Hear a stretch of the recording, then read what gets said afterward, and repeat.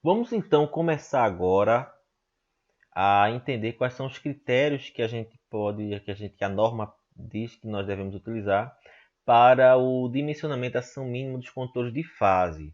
Eu quero frisar essa frase aqui, viu? Condutores de fase.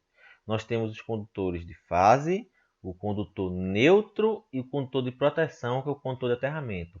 Nós vamos, a partir de agora, começar a entender como calcular, como dimensionar os condutores de fase. Depois, nós vamos aprender a dimensionar o condutor neutro e dimensionar o condutor de proteção, o condutor de aterramento. Joia? Nós temos três critérios para fazer o dimensionamento do nosso condutor de fase. Um deles é a capacidade de condução de corrente, ou simplesmente ampacidade. O segundo é o limite de queda de tensão. E o terceiro é a capacidade de condução de corrente de curto-circuito por tempo limitado. Esses três critérios, a gente tem que usar esses três critérios para dimensionar o nosso condutor, não é apenas um. A gente dimensiona, a gente verifica o quanto que o nosso condutor suporta, mas a gente também tem que verificar se pela distância eu vou ter queda de tensão, então naturalmente eu vou ter que redimensionar o meu condutor. E depois eu tenho que ver se meu condutor suporta a corrente de curto-circuito pelo tempo suficiente para que a proteção possa desarmar. Então eu tenho que ter essas três verificações para garantir que eu estou dimensionando corretamente. Vamos começar pela capacidade de condução de corrente. Para entender como é que a gente escolhe o condutor de acordo com o critério da capacidade de condução de corrente, nós temos que descobrir, descobrir nossas tabelas da NBR 5410. São três grupos de tabela que nós temos que ter em mente. Uma tabela que mostra o método de instalação, uma outra tabela que mostra a temperatura característica do condutor e um terceiro grupo de tabelas que apresentam a capacidade de condução de corrente, que seria a corrente máxima que o condutor suporta sem ele se danificar. Então vamos começar. Método de instalação. Você vai instalar o seu condutor por algum caminho. Você pode estar passando por dentro de um eletroduto, por dentro de uma eletrocalha, dentro da sua parede, enterrado no solo, dentro de um eletroduto enterrado no solo, preso na parede, por cima de uma eletrocalha segurado na parede, aberto, por dentro de uma parede termicamente isolante. Eu tenho várias maneiras de instalar, de ter um caminho percorrido por esse condutor. E de acordo com o caminho que eu escolhi para passar esse condutor, eu vou procurar, baseado nessa tabela, qual seria o método de referência de instalação. Eu tenho vários tipos de instalações. Vamos percorrer um pouco essa tabela, na verdade vamos percorrer todas, para vocês verem que temos vários tipos de instalação.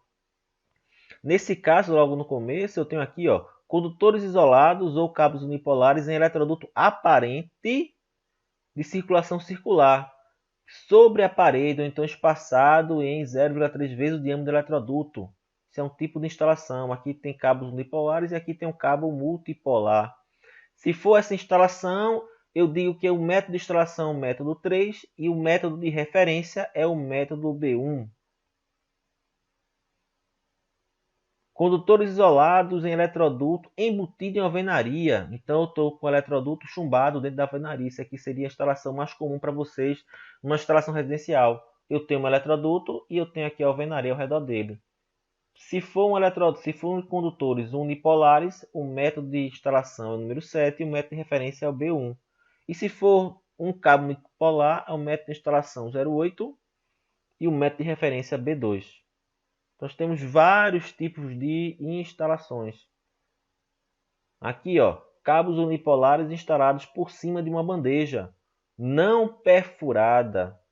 E aqui em cima da bandeja perfurada, né? Então, o fato dela estar perfurada ou não perfurada já influencia no método de instalação. Esse aqui é o método de instalação 12, método de referência C e esse método de referência E e F. Vamos entender mais na frente o que são esses métodos de referência. Podem ver que nós temos vários tipos de instalações e é interessante a gente dar uma lida na norma ou lida nessas tabelas de uma maneira mais calma para entender que nós temos vários tipos de instalações. Olha outra aqui. Condutores isolados em eletrocalha sob parede ou sobre percurso vertical, né? Esse aqui eu estou tendo uma eletrocalha embutida no piso. Aqui é um cabo unipolar, aqui é um cabo multipolar. Embutido no piso. Diretamente à alvenaria, então está o condutor direto na alvenaria, chumbado direto.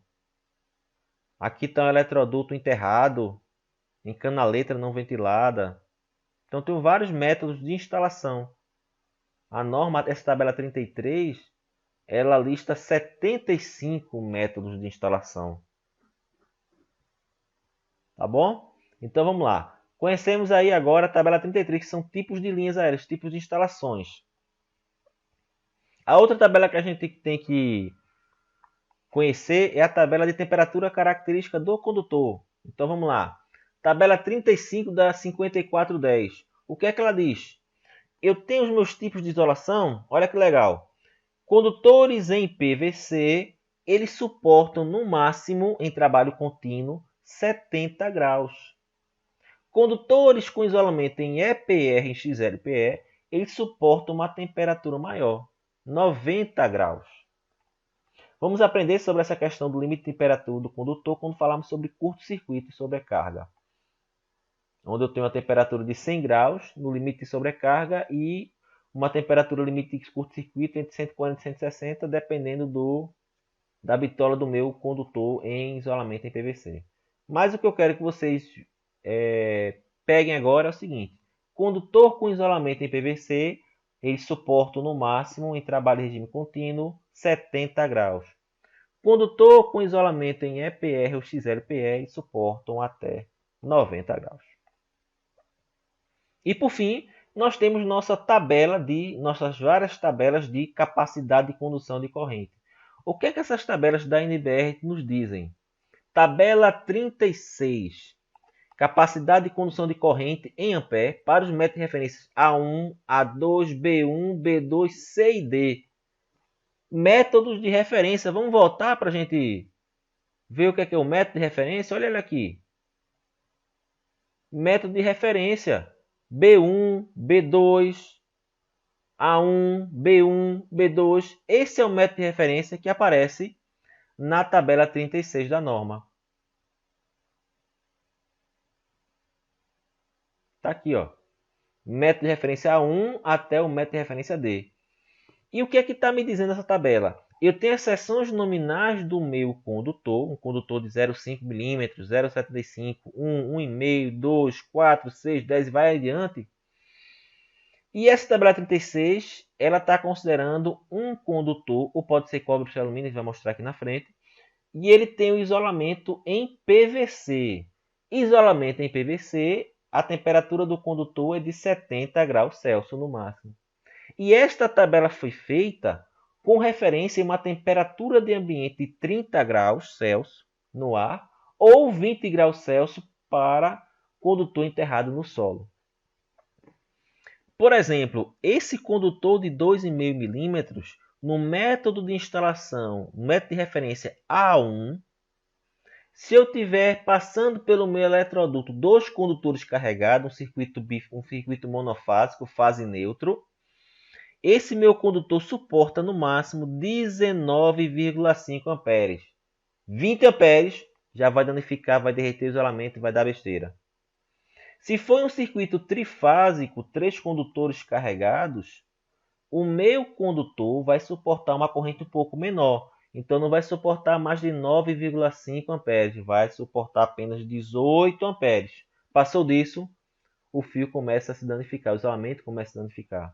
Mas se o método de instalação não for A1, for o método de instalação B2, a 2 condutores carregados, um condutor de 2,5 mm vai suportar até 23 amperes. Então essas tabelas, a 36, a 37, a 38, a 39, que eu vou mostrar para vocês, eles apresentam a corrente máxima que o meu condutor vai suportar, dado o método de referência de instalação, dada a quantidade de condutores carregados e o tipo da isolação do meu condutor. Essa tabela 36 pode ver que à medida que a bitola aumenta, a corrente de capacidade de condução dela aumenta. Então, quanto maior a bitola, maior a corrente que ela pode suportar. E eu tenho também, nessa tabela 36, as seções padronizadas nominais e as correntes máximas se o condutor for um condutor de alumínio.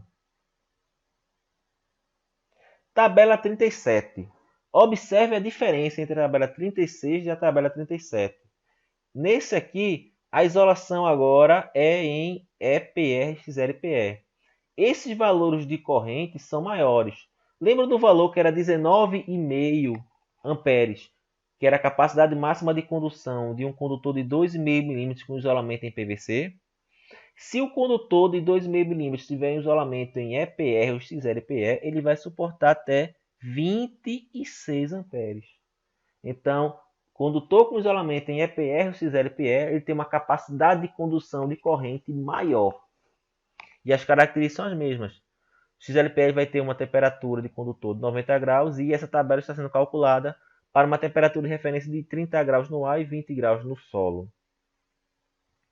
A tabela 37 também tem todas as bitolas padronizadas e todas as correntes para um condutor de cobre e para um condutor de alumínio.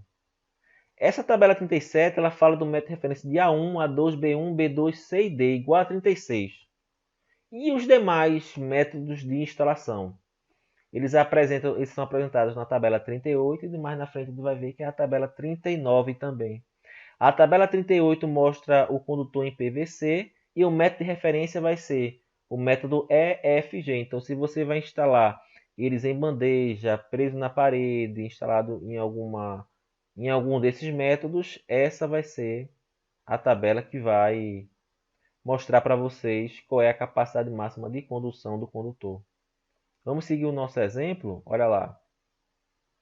Se você coloca um condutor pelo método A1 de PVC, ele suportaria no máximo, dentro do eletroduto, ele suportaria no máximo 19,5 amperes.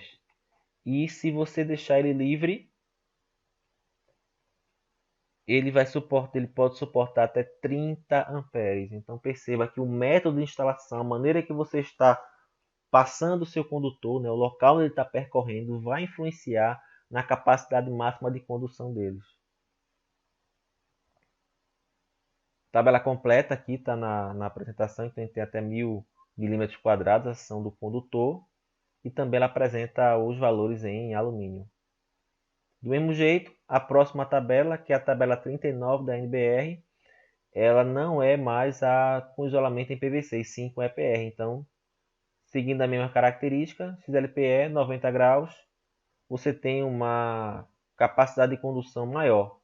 Enquanto que a tabela 38 dava uma capacidade de condução de 30 amperes, se você muda para XLPE, a capacidade de condução muda de 30 para 36. Então, quando estou com isolamento em XLPE ou EPR, ele tem uma capacidade de condução maior.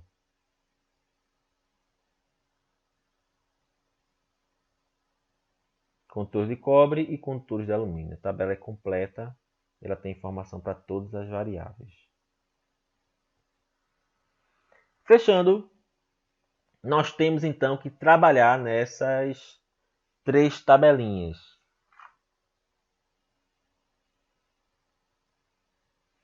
E o que é que eu preciso fazer agora para dimensionar o meu condutor?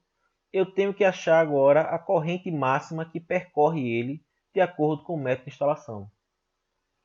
E pela corrente máxima eu vou escolher.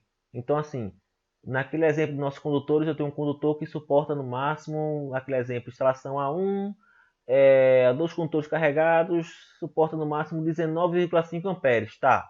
Então, se a minha carga é de 20 amperes, eu não posso usar um condutor de 2,5. Eu tenho que ir para um condutor superior. Mas no nosso exemplo vai ser mais legal a gente entender isso. Então, eu tenho que calcular a corrente da minha carga, e depois que eu determino a corrente da minha carga, eu tenho que escolher o meu condutor, que ele suporte aquela minha corrente ou suporte mais do que o valor que eu calculei. Assim, e nós não podemos esquecer que nós devemos respeitar as seções mínimas. Lembra lá no começo da nossa disciplina que a gente falou sobre bitolas mínimas do condutor? Se eu estou com um circuito de iluminação, no mínimo é 1,5 milímetros quadrados. Se eu estou falando de um circuito de cargas, de motores e tomadas, no mínimo 2,5 milímetros quadrados. Né? Então, mesmo que a minha conta dê uma bitola inferior, a gente não pode fugir dessas bitolas mínimas.